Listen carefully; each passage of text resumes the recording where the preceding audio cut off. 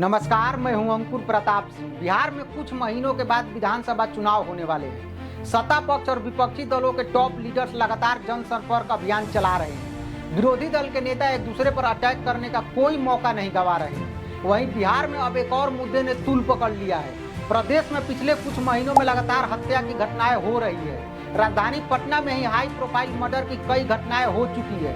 मशहूर कारोबारी गोपाल खेमका के बाद ताबड़तोड़ कई अन्य व्यवसायियों की भी हत्या कर दी गई है। अब एक वकील की भी हत्या कर दी गई है। जुलाई महीने में प्रदेश में हत्या की 3 दर्जन से ज्यादा घटनाएं हो चुकी है। वहीं जिम्मेदार पदों पर बैठे लोग विचित्र तरीके से बयानबाजी कर रहे हैं। डिप्टी सीएम सम्राट चौधरी ने बिहार में लगातार हो रही आपराधिक घटनाओं पर कहा कि बिहार में कोई संगठित अपराध नहीं है।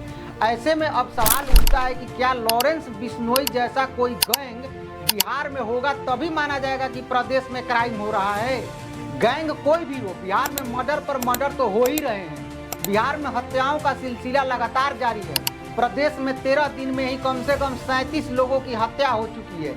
इससे नीतीश सरकार में कानून व्यवस्था पर सवाल उठने लगे हैं। विपक्षी नेता तेजस्वी यादव लगातार इसको लेकर सरकार पर हमलावर है। बिहार के एक और डिप्टी सीएम विजय सिन्हा ने और भी गंभीर बातें कही हैं। उन्होंने भी बिगड़ती कानून व्यवस्था को लेकर सवाल उठाए हैं। विजय सिन्हा ने बिहार पुलिस की कार्यशैली पर सवाल खड़े करते हुए कहा है कि पुलिस प्रशासन की कमजोरी से अपराधियों के मनोबल बढ़ चुके हैं। उन्होंने रेत माफिया, जमीन माफिया और दारू माफिया के गठजोड़ का भी जिक्र किया। विजय सिन्हा ने आगे कहा कि ये जमीन माफिया और दारू माफिया का गठजोड़ कहीं न कहीं पुलिस प्रशासन के कमजोर कड़ी के कारण उनका मनोबल बढ़ा है, लेकिन सरकार सजगता के साथ पूरी एक्शन ले रही है। विजय सिन्हा ने आरजेडी पर हमला बोलते हुए कहा कि प्रदेश पुलिस में अभी भी कुछ राजद मानसिकता वाले थानेदार हैं जिन्हें चिन्हित किया जा रहा है। ऐसे थानेदारों पर आगे कार्रवाई होगी।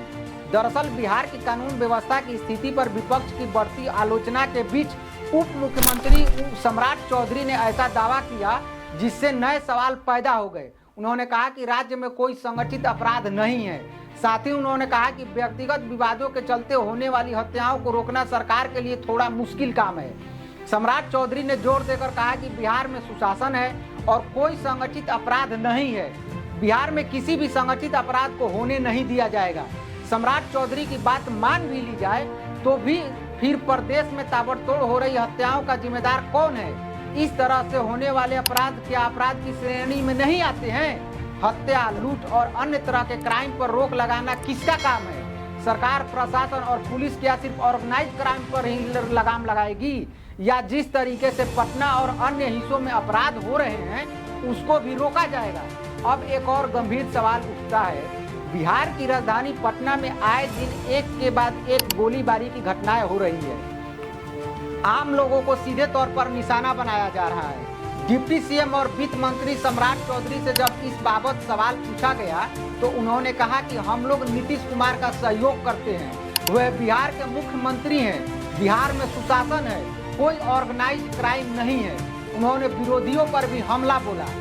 सम्राट चौधरी ने कहा कि कोई घटना घटती है तो विरोधियों को इसका कारण भी जानने का प्रयास करना चाहिए। उन्होंने कहा कि खेमका की हत्या हुई तो पूरे मीडिया ने हाय तौबा मचा दी। लोग ये नहीं देखते कि 72 घंटे में पुलिस ने आइडेंटिफाई कर दिया।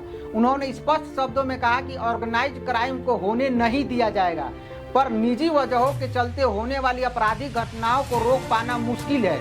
सवाल है तो फिर इस तरीके के क्राइम को रोकने की जिम्मेदारी किसकी है? तो आज के लिए सिर्फ इतना ही।